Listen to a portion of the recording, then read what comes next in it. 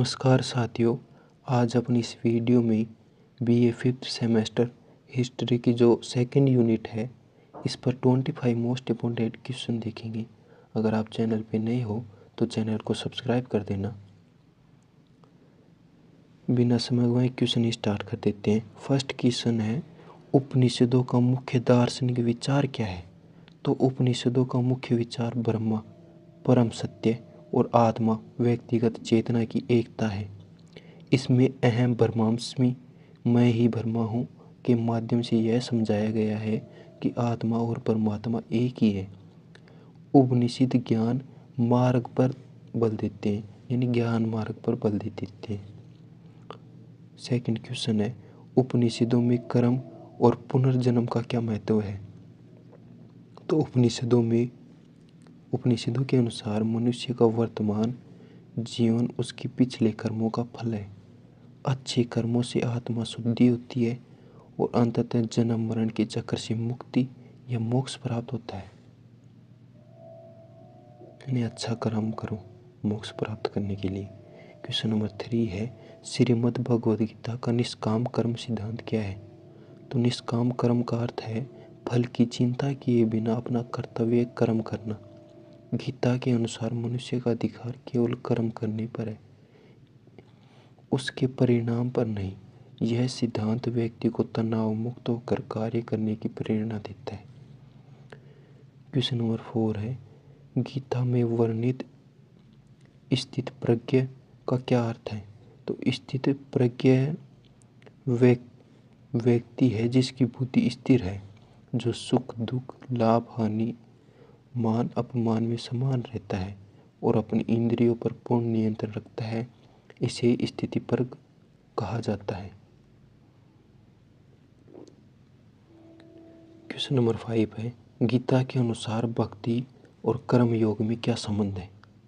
तो गीता इन तीनों को मोक्ष के अलग अलग मार्ग बताती है, लेकिन साथ ही यह भी कहती है कि ये एक दूसरे के पूरक हैं।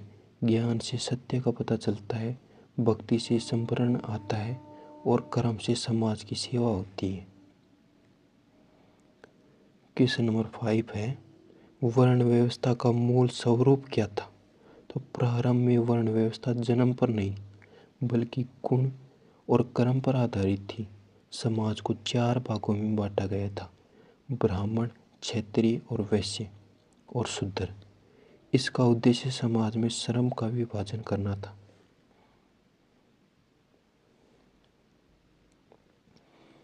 क्वेश्चन नंबर 7 है,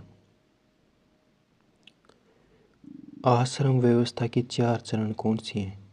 तो मानव जीवन को 100 वर्ष मानकर उसे 4 चरणों में बांटा गया था।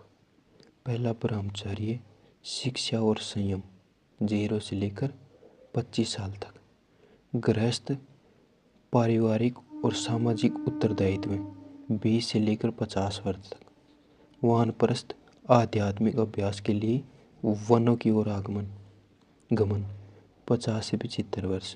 संन्यास, सांसारिक बंधनों का त्याग 75 से लेकर 100 वर्ष या उससे भी अगर कोई अधिक जी पाए। क्वेश्चन नंबर 8 है, पुरुषार्थ की अवधारणा क्या है? तो पुरुषार्थ का अर्थ है मनुष्य के जीवन के 4 लक्ष्य। पहला धर्म, नैतिक मूल्य और कर्तव्य। दूसरा अर्थ, धन और भौतिक साधन। तीसरा काम, इच्छाएं और सुख। चौथा मोक्ष, आध्यात्मिक मुक्ति। इनमें धर्म को आधार माना गया है, जिसके बिना अर्थ और काम का कोई मूल्य नहीं है। क्वेश्चन नंबर 9 है, भारतीय संस्कृति में संस्कारों का क्या महत्व है? तो संस्कार मनुष्य के व्यक्तित्व के परिमार्जन शुद्धि की प्रक्रिया है।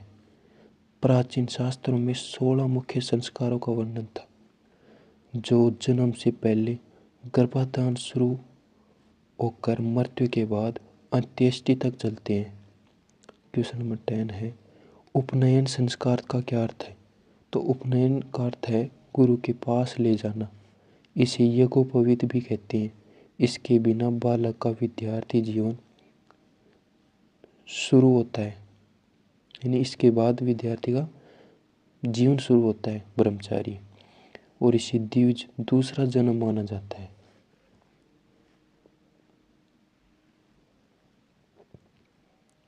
क्वेश्चन नंबर 11 है, 19वीं शताब्दी के पुनर्जागरण का जनक किसे माना जाता है?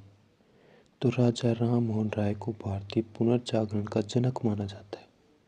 उन्होंने 1828 में ब्रह्म समाज की स्थापना की और सती प्रथा जैसी कुरीतियों के विरुद्ध कड़ा संघर्ष किया। क्वेश्चन नंबर 12 है, ब्रह्म समाज के मुख्य उद्देश्य क्या थे? तो एकेश्वरवाद, एक ही ईश्वर का प्रचार करना, मूर्ति पूजा और कर्मकांडों का विरोध करना, और महिलाओं की शिक्षा व विधवा विवाह का समर्थन करना इसके मुख्य उद्देश्य थे। क्वेश्चन नंबर 13 है, स्वामी दयानंद सरस्वती को आर्य समाज का क्या नारा था? तो स्वामी दयानंद सरस्वती ने वेदों की ओर लौटो का नारा दिया। उन्होंने अंधविश्वासों का विरोध किया और सत्यार्थ प्रकाश के माध्यम से वैदिक ज्ञान का प्रसार किया। क्वेश्चन नंबर 14 है, प्रार्थना समाज की स्थापना किसने और कहाँ की? तो प्रार्थना समाज की स्थापना 1867 में मुंबई में आत्माराम पांडुरंग ने की थी। महादेव गोविंद रानड़े इसके प्रमुख नेता बने। इन्होंने जाति प्रथा के विरोध और स्त्री शिक्षा पर बल दिया। क्वेश्चन नंबर 15 है, ज्योतिबा फुले और सत्यशोधक समाज का योगदान क्या है?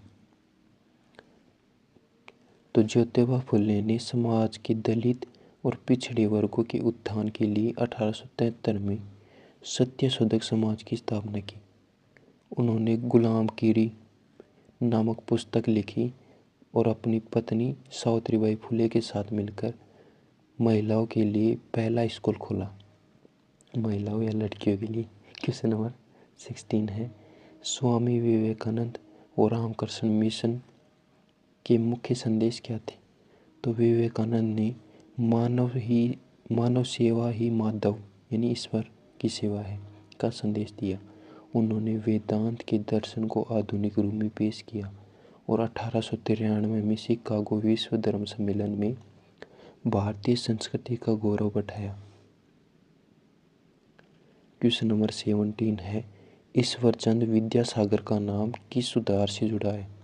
तो उनका नाम मुख्य रूप से विधवा पुनर्विवाह के लिए किए गए प्रयासों से जुड़ा है। उनके संघर्ष के कारण ही 1856 में विधवा पुनर्विवाह अधिनियम पारित हुआ। क्वेश्चन नंबर 18 है, थियोसॉफिकल सोसाइटी और एनी बेसेंट का क्या योगदान है? तो एनी बेसेंट ने प्राचीन भारतीय धर्म और दर्शन को पुनर्जीवित करने का प्रयास किया। उन्होंने बनारस में सेंट्रल हिंदू कॉलेज की स्थापना की, जो बाद में काशी हिंदू विश्वविद्यालय बना।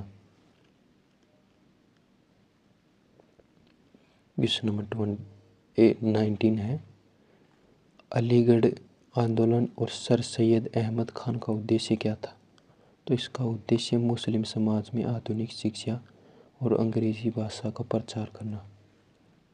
उन्होंने 1875 में मोहनमंडन एंग्लो ओरिएंटल कॉलेज की स्थापना की, जो आज अलीगढ़ मुस्लिम विश्वविद्यालय के नाम से जाना जाता है। क्वेश्चन नंबर 20 है, शारदा एक्ट का संबंध किससे है? तो इसका संबंध बाल विवाह रोकने से है।